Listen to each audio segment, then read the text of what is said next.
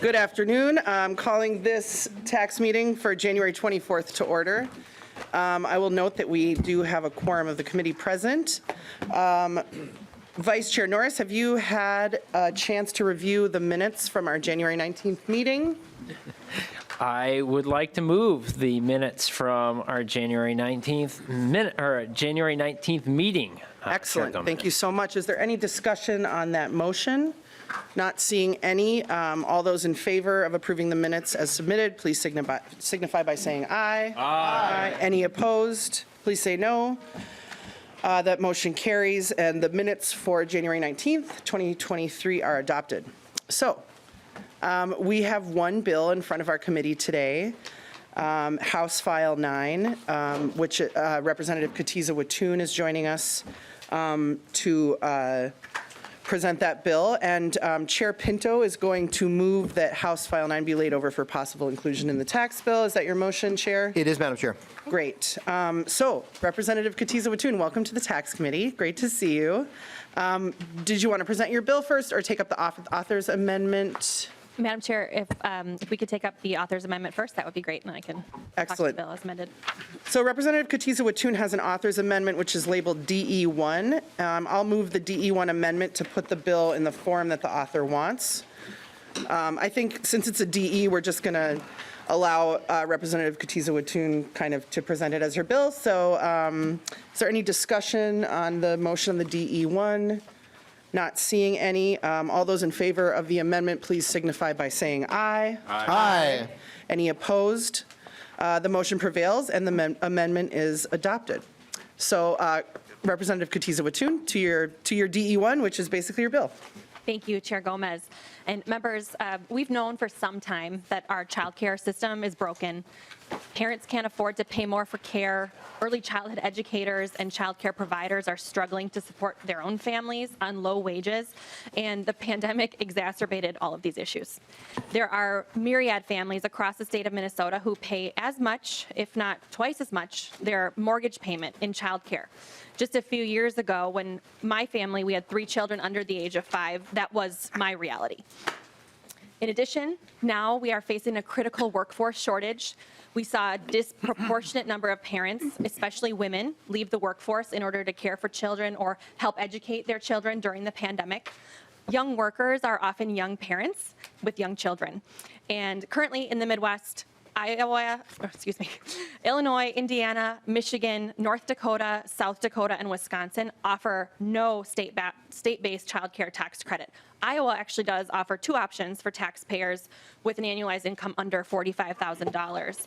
House File 9, which we're calling the Great Start Child Care Tax Credit, says to families with young children, you're welcome in Minnesota.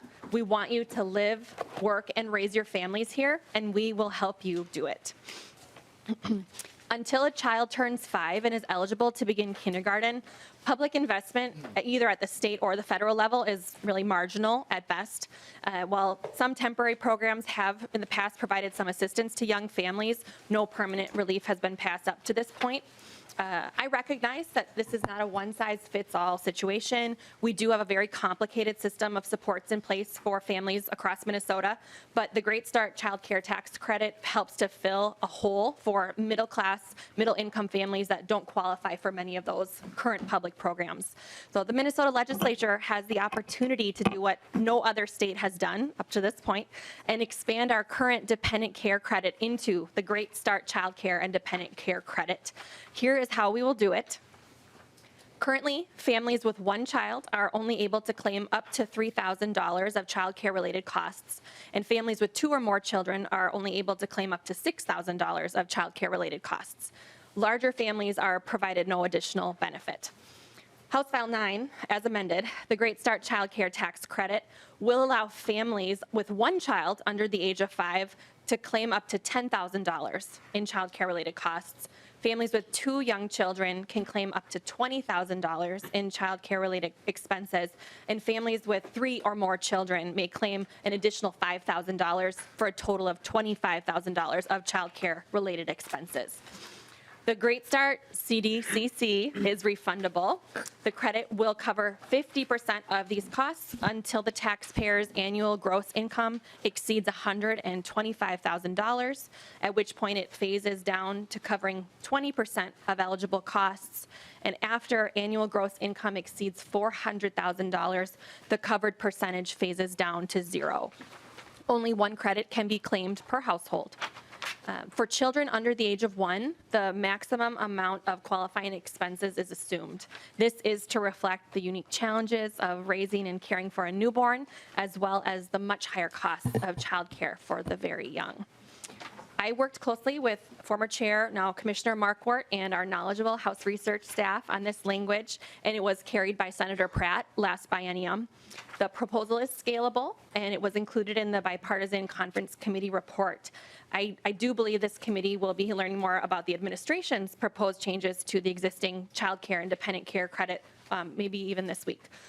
But by design, this bill not only lifts up Minnesota children and families, but is a much needed support to our economy as we continue to rebound from the pandemic. So, Madam Chair, with that, I would invite our testifiers to share their thoughts, and I will stand for questions. Thank you so much, Representative Kotyza-Witthuhn. So I think first we have a couple of testifiers. First, we have Ms. Amina Adan. Madam Chair, Oh, yeah, excuse me, Representative Davids. there's folks testify for it. Is there anyone that wants to testify with concerns in the audience? Well, we're going to, Thank you, Madam Chair. It should be Yeah. a very short testimony. yeah, we'll go to the testifiers who are signed up, and then after that, if there's other people in the room who wish to testify either in favor or against, we'll allow for that also. So, Ms. Adan, if you wouldn't mind coming up.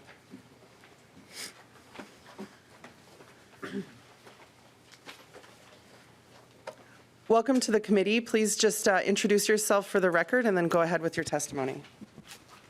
Good afternoon, Chair Gomez and members of the committee. My name is Amina Adan. I'm a leader with Kids Count on Us. I'm here to testify in the favor of House File 9 and the Great Start Child Care Credit. I appreciate this opportunity and would like to thank the author of the bill, Representative Kotyza-Witthuhn. Thank you very much. I'm a mother of 4 children. I also work in a school with a high percentage of low-income families. I know the burden placed on Minnesota families of young children as parents try to balance working and providing for families and affording childcare. I remember when I was a mother of only 3 kids and I had to work 3 jobs to be able to feed my kids.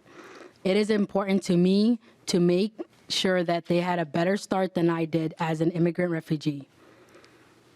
But a parent should not need 1 job for each child. A parent should be able to work only 1 full-time job and still be able to afford childcare and provide for their children. The Great Start Child Care Credit will make sure this is possible. In Minnesota, high-quality childcare can cost at least $12,000 per year for 1 child and often closer to $15,000. For low-income families and for middle-class families, this is a huge amount of their budget. For families with more than 1 young child, paying for childcare becomes impossible. The high cost of childcare has kept many parents out of the workforce because of the cost of care is more than what they would earn. Increasing the eligible childcare expenses sustainably will make a huge difference for all families, and especially for families who have multiple young children. I urge all of you to support House File 9 and to lift some of that burden of childcare costs for young parents at a time when they all need the help they can get. Thank you. Thank you so much for joining the committee, Ms. Adan. We appreciate your testimony. Next up, we have Mr. Brian Cow, I believe.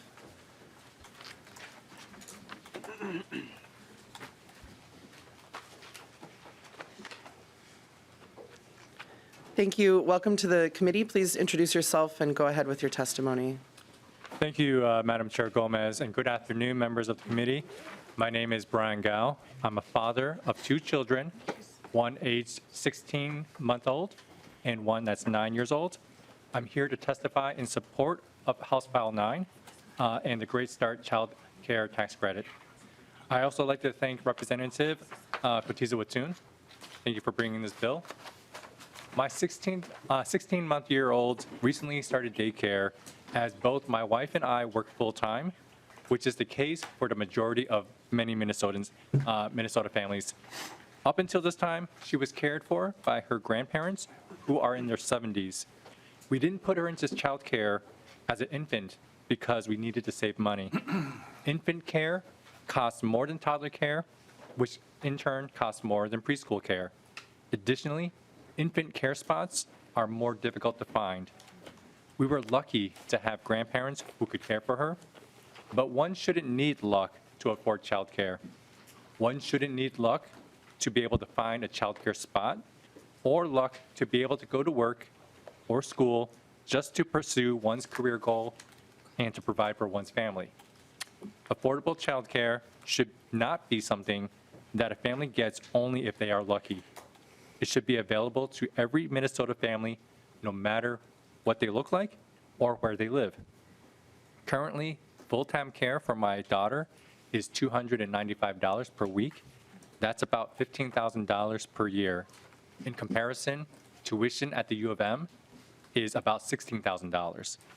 The Great Start Child Care Tax Credit would at least make a dent into that price, enabling families to have a little bit more breathing room, trying to make ends meet when their children are young. We all contribute towards a system, a public school system that begins at age 5, and that started when we used to have a village that used to take care of our kids. We don't have a village anymore. Most families need to have both parents work full-time in order to make ends meet. As I look around to my friends and family, all of them are in the same boat, and they're working as well. We're unable to rely on each other for help. So our only option is to use a child care system that desperately needs additional funding and transformation so that it's affordable for all families. It provides high-quality care for children and compensates teachers fairly for the incredible work that they do. My hope is that the Great Child Care Tax Credit is a step to that vision. I know it would help my family and thousands of others as we try to manage our work, our time with our children, and our expenses. I urge you to vote in favor of this tax credit so that, as its name implies, more of Minnesota's children can get off to a great start. Thank you. Thank you so much, Mr. Gao.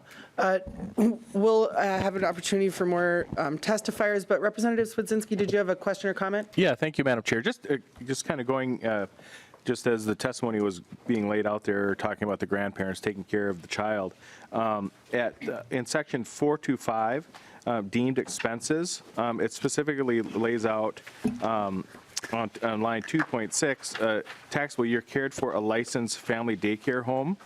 In order to qualify for this, do you have to receive child care through only a licensed daycare? Or could you foreseeably recoup expenses incurred by potentially reimbursing grandparents? Rep. Kotyza-Witthuhn, I'll go to you just a moment. Can you just orient me to the lines you're talking about? You said 2.6, is it in the DE one? 4.26. Oh, 12, oh, subdivision 2C. Okay, perfect, thank you. Line 4.25 in the DE, just so everybody's looking at the same thing. Thank you. Representative Kotyza-Witthuhn.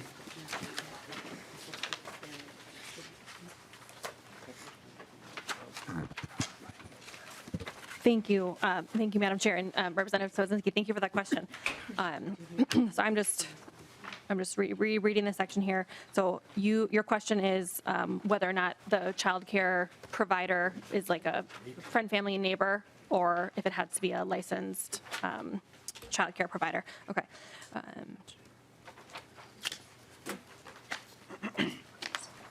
Rep. Kotyza-Witthuhn, I want to give you a chance, but to reply if you'd like, but I also, nonpartisan staff, I think, can assist a little bit with this question. Thank you. Yeah, as I just kind of reviewed this language, I think that would probably be beneficial. Perfect. for all Thank of you, us. Representative Kotyza-Witthuhn. Mr. Klayman. Madam Chair and Representative Swedzinski, so that particular provision that you're seeing on line 4.26, deemed expenses, that's just a provision that relates to It's just some regulation. It's under current law right now. It's just kind of being moved from one section to another. And what that does is it says that you can still get the dependent care credit if you operate a daycare and you're a parent and your child's at the daycare, but only subject to the limits that are specifically in that deemed expenses provision. So it's just for that particular scenario. Representative Swedzinski. Madam Chair, thank you. So, thank you, Mr. Clayman. So that is just to lay out, so the parent so if, let's say the parent had childcare expenses related to not that situation, would they be able to qualify? Mr. Clayman. Yep. So Madam Chair, Representative Swedzinski, so in the bill, outside of that situation, you'd want to look at what the employment, what are called the employment-related expenses. That's on line 3.7 in the bill, and that would be defined by whatever is allowed federally under the credit. And right now, I apologize, I can't tell you specifically an answer to your question, on that, but I can certainly look into it and get back to the committee on that. Thank you, Madam Chair. That'd be great, Mr. Clayman. Obviously, some of these things operate from a federal regulatory standpoint, and how much of the federal tax does our child care tax credit conform to the federal? Do we have anything that expands beyond that, or is ours pretty much a federally tight consumption? And you can get back to me on that. Yeah, so Representative Swedzinski, Mr. Clayman's actually doing pinch hitting for Mr. Williams, who's the one who's been working on this. So there might be some stuff that he's going to have to get back to us about. Mr. Clayman, I don't know if this qualifies for that category, or if you had any response to Representative Swedzinski now. Madam Chair, briefly, Representative Swedzinski, I think one thing to point out on that is that what this particular bill does is it decouples further from how the state was currently is coupled to that dependent care credit. So, and it makes a lot of changes as a result of that. So the credit rate's different and so forth. Madam Chair, if I may. Yes, Representative Kotyza-Witthuhn. Thank you. I just did want to briefly address, I think, the question being if grandparents were caring for the children. I'm certainly willing to continue conversations with Mr. Williams, who has been so supportive as we drafted this language, but also with you, Representative Swedzinski. I'm a huge supporter of friend, family, and neighbor care, and so whether or not the families would. So people pay different amounts, and I know Representative Howard has a bill particularly regarding friend, family, and neighbor care that we've heard previously in the Early Childhood Committee. But if they need to have a certain amount of receipts, or whether or not you're asking if they would qualify for the tax credit even if they weren't paying a child care provider, I just want to kind of clarify. Representative Swedzinski. Thank you, Madam Chair, and to Representative Kotyza-Witthuhn. It would be either way. Let's say you had a scenario where you actually housing the grandparents, and they were essentially in a grandma pod or whatever you want to call them. Those would be a potentially exchangeable, a service for fee within the family. And so there's many different ways that you could construct this that would, one, be actual physical revenue that's shared between the agreement, or that would be a non-licensed scenario, or simply an in-kind type of situation that you are, as the parent, incurring some sort of a cost, but not necessarily, the real cost, whatever, hourly. Representative Kotyza-Witthuhn, did you? Yeah, no, I good? appreciate Okay. the clarification and the question. Okay, so I know Representative Robbins, I know you have a question. Is it okay if I just call for other testifiers and we can kind of then move to, okay, great, discussion of the bill. So if there's anybody else who wishes to testify on House File 9, please step forward. Welcome to the committee. Please introduce yourself for the record and go ahead with your testimony. Chair Gomez, members of the Tax Committee, my name is Eric Bernstein, and I am Policy Director for We Make Minnesota, which is a coalition of labor and community groups. Some of our members support this bill, and we in general really appreciate the effort to increase assistance to families who are struggling to afford childcare. But I'm here today to just share a couple of sort of broader points about our child care system and our concerns about tax credits being used in this manner to resolve what we feel are broader social issues. The U.S. spends 0.3% of its GDP on child care, compared to an average in the EU of 0.7%, and in some countries up to 1.3%. There's obviously a lot of information out there about how important early childhood development is to later outcomes in life, health outcomes, education outcomes, economic outcomes. And we feel that it's very important to capitalize on this now in Minnesota, especially in light of looming demographic changes that people are talking about a lot with the shrinking workforce. Universal programs are a great way to ensure access to these sorts of things. Problem with tax credits is that that's money to families who spend money on childcare, but not necessarily the extension of the benefit of childcare to families that can't afford it. Benefits of childcare, universal childcare, are that it's available to everyone and that every child can have a good start in life. And when we, reimburse people for what they've spent, we leave out those people who didn't have the funds to spend or who couldn't wait for a tax credit to come back. That's not to say this is a bad thing to do, but, it's just to point out the flaw in the system there. Quality is also an important issue. There was studies recently that sort of called into question a little bit the developments of, or the benefits of brain development, because those studies didn't all control for quality. So you have to be in good quality childcare, and so that means ensuring that workers are paid well, that facilities are staffed well, and this, this proposal on its own, and I know it's not meant to, won't resolve all of those issues. So we just, because we think about our budget and our revenues in a broader sense, we'd just like to point out the use of tax credits to sort of patch up systems that really are needed for everyone.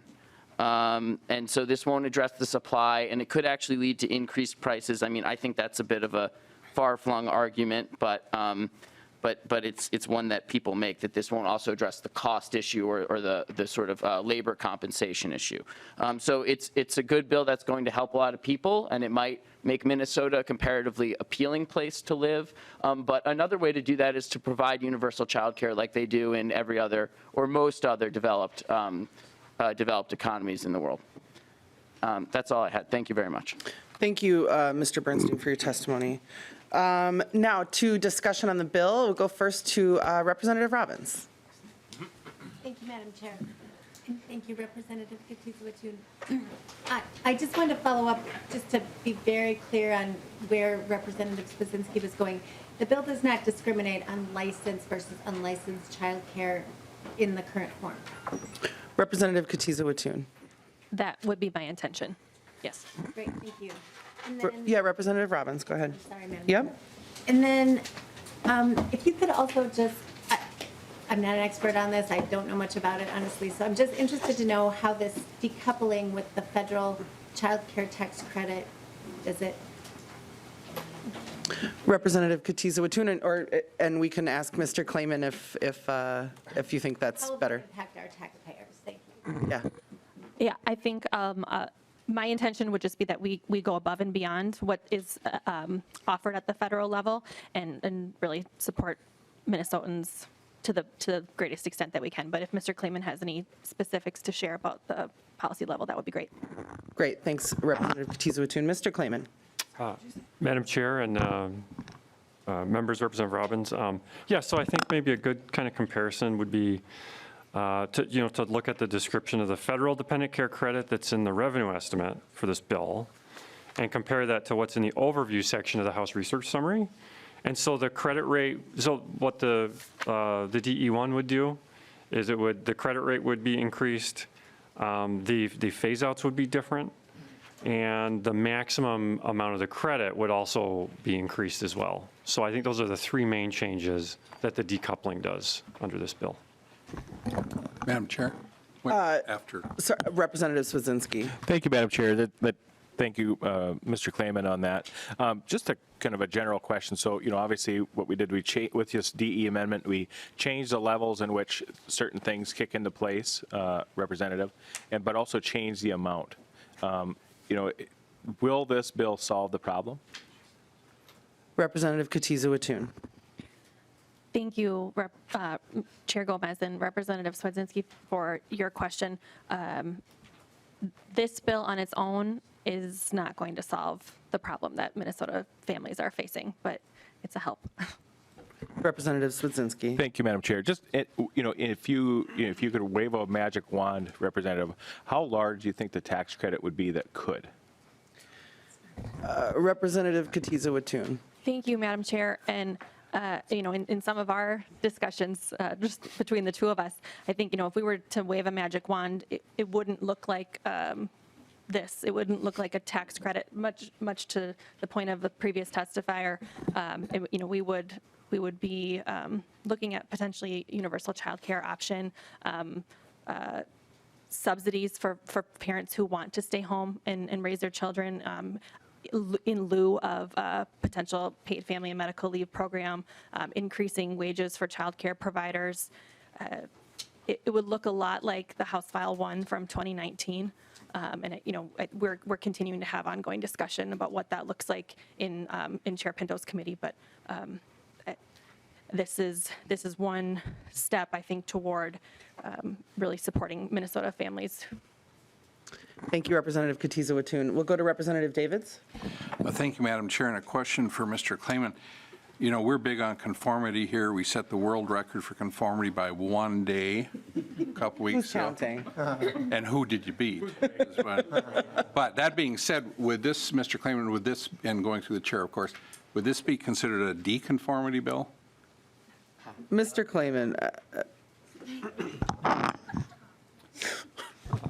Madam Chair and Representative Davids, yeah, I mean, I think you could call this a decoupling. I don't know if I'd say deconformity, but yeah, it decouples. Right now, the state credit conforms to more of, pieces of the federal credit, and to expand it, then it decouples from that.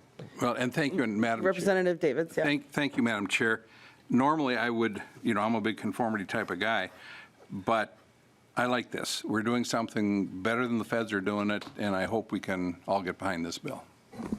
Thank you, Representative Davids. Representative Pinto. Well, thank you, Madam Chair. I feel like I should take yes as an answer from Lee Davids on what I'm about to say, so I want to be careful I don't somehow lose that. I guess I kind of want to respond a little bit to Representative Swedzinski's question and just kind of put this into broader context to the comment from We Make Minnesota as well. It is true our system for child care and early learning is broken, and really it's been broken for, really since we decided in the 1800s, we thought that brain development starts at age 5, and now we realize, wait a second, no, in fact, it starts a lot earlier than that. It is true that if we were to design a system from scratch, I think we design a very different system.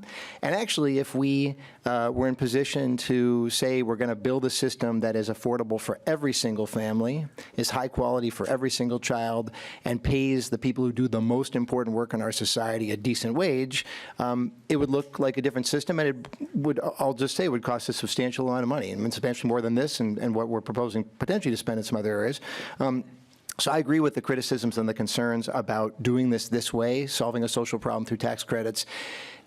Except that, given where I think we're likely to be, this is a really important tool that we have be available for us as we're thinking about our budget decisions in the course of the rest of the session. So this, to my mind, is part of a package that includes substantial investments directly in providing early care and learning to low-income families, because we know it's got the biggest difference in brain development. We've got to absolutely do that. And those families work, and they take care of themselves, and we talk about the dignity of work. Well, making sure the families have child care provides that.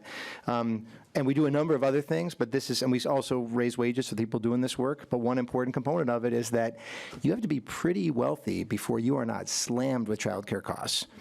And that then takes you out of the workforce, and that causes all kinds of economic problems. So I thank you so much, Representative Kotyza-Witthuhn. You've been leading on this for years. And I guess I want to assure those who have concerns from whatever perspective that this is really a piece that to my mind, we really need right now, given everything else that we're doing.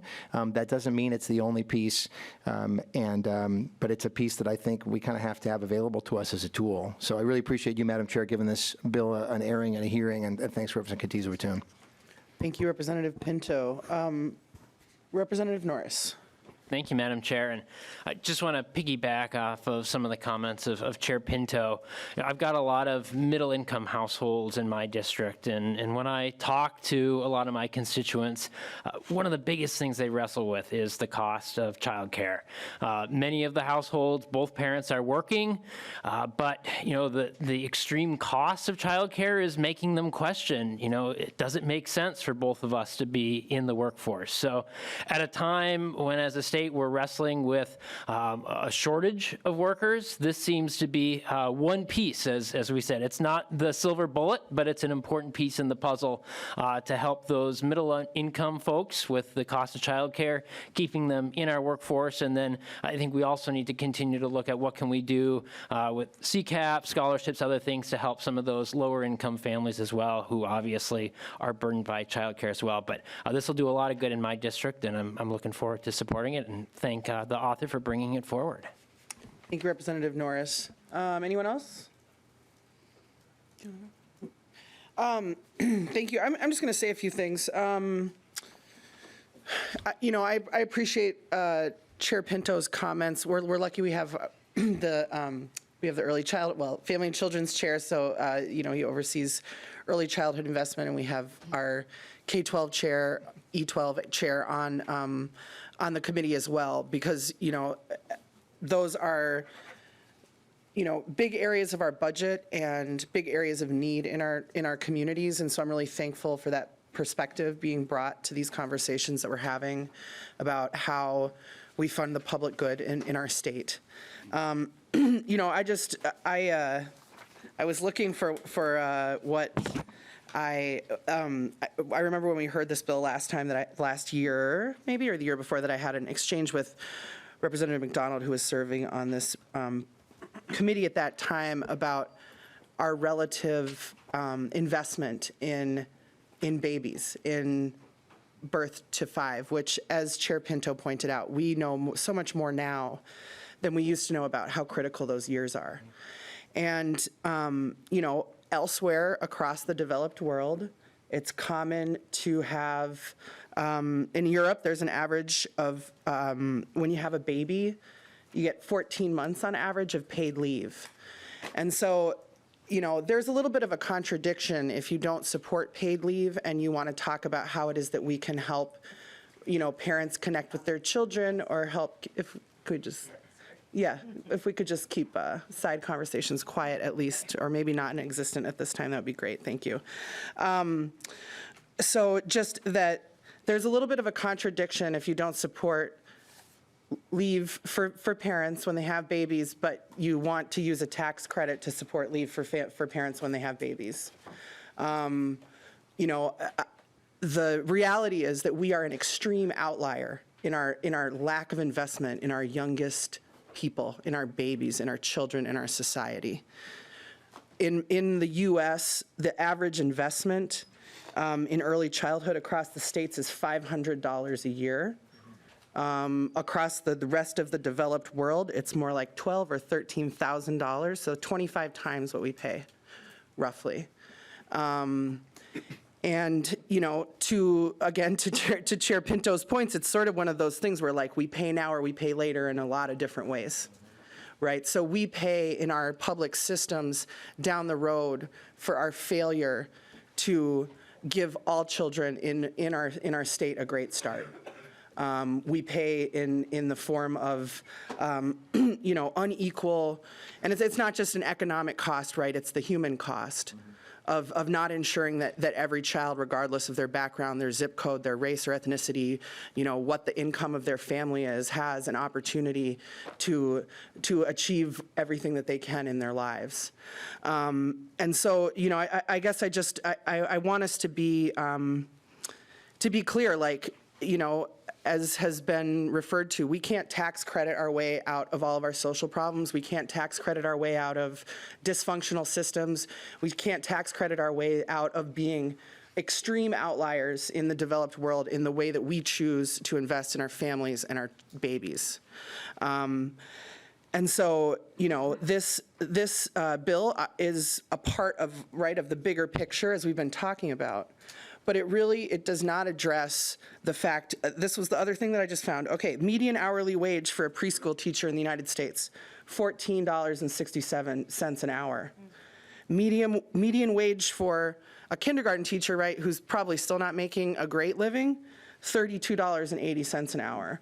So that's the difference from when you go, from the universal system that we all have, that we all pay for, kindergarten to 12th grade, which we've decided as a society in the 18-somethings, that was worth us all coming together and saying, you know what, all kids, regardless of their background, should have access to educational opportunities. But we're really leaving 0 to 5-year-old kids to the kind of vagaries of their family's economic position. And we have to really be clear about whether that's what the decision that we want to make.